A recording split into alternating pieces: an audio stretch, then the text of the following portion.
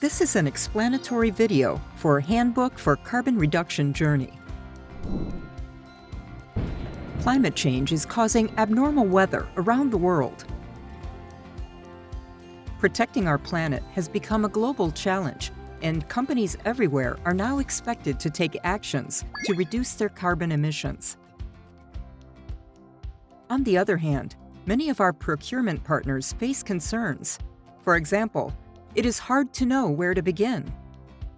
To make that first step taken easier, we at Hitachi have compiled this handbook featuring a series of practical measures for reducing your carbon footprint. This video will explain about the contents in an easy-to-understand manner to provide an extra layer of support for your efforts. First, let's take a look at global trends. The Paris Agreement, the global framework for addressing climate change, aims to limit the increase in the Earth's average temperature to below 2 degrees Celsius, preferably to below 1.5 degrees Celsius. Countries are required to set their own reduction targets and review them every 5 years. Many countries have introduced emissions trading schemes and carbon taxes in response to the Paris Agreement. Disclosure of information across the entire value chain is now required. It is now essential for all companies to tackle the issue of carbon emissions, regardless of their size. At the same time, sustainability initiatives such as carbon reduction go beyond corporate social responsibility. Improving energy efficiency can also help reduce costs. Furthermore, building a sustainable business model will ensure competitiveness in the market. When a company earns trust as an environmentally responsible business, it can also strengthen its brand value. This is why we believe that our sustainability initiatives, including carbon reductions, will be beneficial to our procurement partners. At Hitachi, we have reduced CO2 emissions by promoting energy conservation at our business sites, introducing high-efficiency equipment, and utilizing renewable energy. The success of these initiatives and information disclosure led to an expansion of market share and improved external evaluations from investors and shareholders. Next, we will talk about our environmental targets.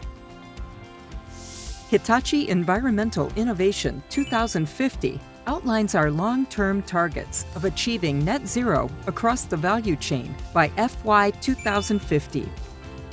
By 2030, we aim to reduce emissions across our entire value chain by 52%. The key concept here is value chain emissions. This refers to the total emissions associated with all aspects of our business operations.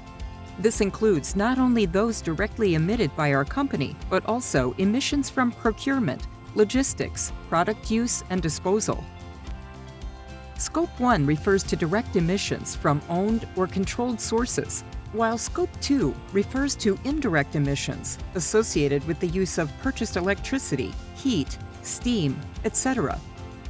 Scope 3 encompasses emissions across the entire value chain, from procurement and transportation to product use and disposal. Greenhouse gas emissions generated by our procurement partners are included in Hitachi's Scope 3 emissions. This is why your support is essential as Hitachi strives to achieve net zero. So how should we proceed with carbon management outlined here? Hitachi requests that all procurement partners continuously engage in the following 4 steps: calculation, target setting, implementation, and reduction.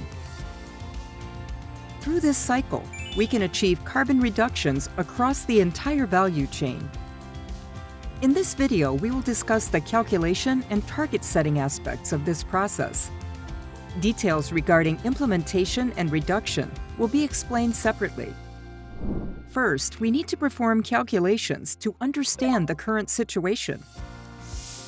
To accurately account for each scope, it is important to form a cross-departmental working group and gather information from each department.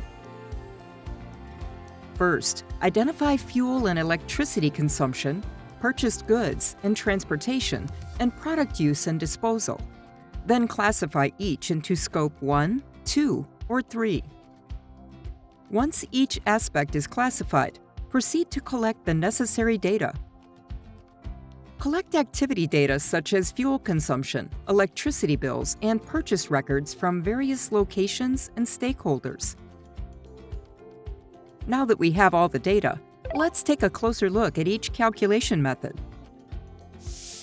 For Scope 1, multiply fuel consumption or purchase price by the emission factor. Fuel consumption refers to the amount of gasoline and other fuels purchased and used by each company. Data can be verified from purchase records, invoices, and meters. The emission factor is the amount of CO2 emissions generated per unit of activity. Let's say you used 1,000 euros worth of gasoline in Germany. Using the Xiobase emission factor of 1.117 kilogram of CO2 emissions per euro for Germany, that would work out to 1,117 kilograms of CO2 emissions.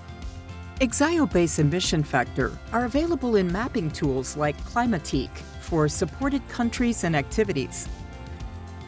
For Scope 2, multiply electricity consumption or purchase price by the emission factor. Electricity consumption can be confirmed from electricity bills and invoices. There are two ways to measure consumption: the market-based standard, which uses the emission factor for each power company, and the location-based standard, which uses the regional average. For example, if you purchase 1,000 euros worth of electricity in France, multiplying by the corresponding emission factor of 0.19 kilograms of CO2 emissions per euro yields estimated CO2 emissions of 190 kilograms. Scope 3 emissions are calculated by multiplying the amount of activity by the emission factor. Scope 3 emissions are split into 15 categories, and calculations are performed so that no activities are omitted or duplicated, achieving comprehensive coverage. In Scope 3, upstream emissions for manufacturing and Category 1 emissions related to procured goods often account for the bulk of emissions. Let's look at the calculation method for this scope. Methods for calculating emissions in this scope include utilizing primary data obtained from suppliers and employing secondary data, such as industry averages. For example, purchasing 1,000 euros worth of aluminum in Germany would result in 744 kilograms of CO2 emissions, calculated based on the Xiobase emission factor of 0.744 kilograms of CO2 emissions per euro in Germany. First, use secondary data to grasp the overall picture. Identify areas requiring prioritized reduction while gradually transitioning to primary data. So, how exactly do we calculate this? Here's where calculation tools come in handy. Using Hitachi's Excel calculation tool, you can automatically calculate emissions from Scopes 1 to 3 simply by entering the purchase amounts or usage volumes for each location, along with the corresponding emission factor values. This makes it especially easy for companies new to these calculations to implement changes. At Hitachi, we employ the following methods for calculating emissions. For Scope 1 emissions, emissions are calculated by multiplying the activity level, such as fuel used or gas consumption, by the emission factor. For Scope 2 emissions, emissions are calculated by multiplying electricity consumption by the emission factor. For Scope 3, Category 1, emissions are primarily calculated by multiplying the procurement amount by the emission factor. We utilize primary data whenever it can be obtained. Related data is collected from each site using data collection tools and utilized for calculating emissions. After calculation is finished, it's time to set targets. The Paris Agreement requires a 45% reduction in CO2 emissions by 2030 compared to 2010 and net zero by 2050. Set reduction targets based on scientific evidence and this international goal. How exactly do we go about setting targets? First, analyze your calculation results to identify hotspot areas with high emissions. Next, consider reduction measures for identified areas. For example, Scope 1 reductions can be achieved through electrification and energy efficiency efforts. For Scope 2, companies can adopt renewable energy or purchase certificates. And for Scope 3, strengthening engagement with suppliers becomes essential. Each company estimates achievable reduction amounts, establishes a base year and target year, and sets reduction targets based on their calculations. Start by calculating your company's capabilities. Hitachi aims to achieve net zero across the value chain by 2050 under the Hitachi Environmental Innovation 2050 framework. By 2030, we aim to reduce emissions across our entire value chain by 52%. Achieving decarbonization requires your cooperation as procurement partners. Hitachi will continue to move forward together with all of you as we work toward achieving net zero. We kindly ask that you begin by calculating your emissions, gaining a clear understanding of the current situation, and then setting your reduction targets.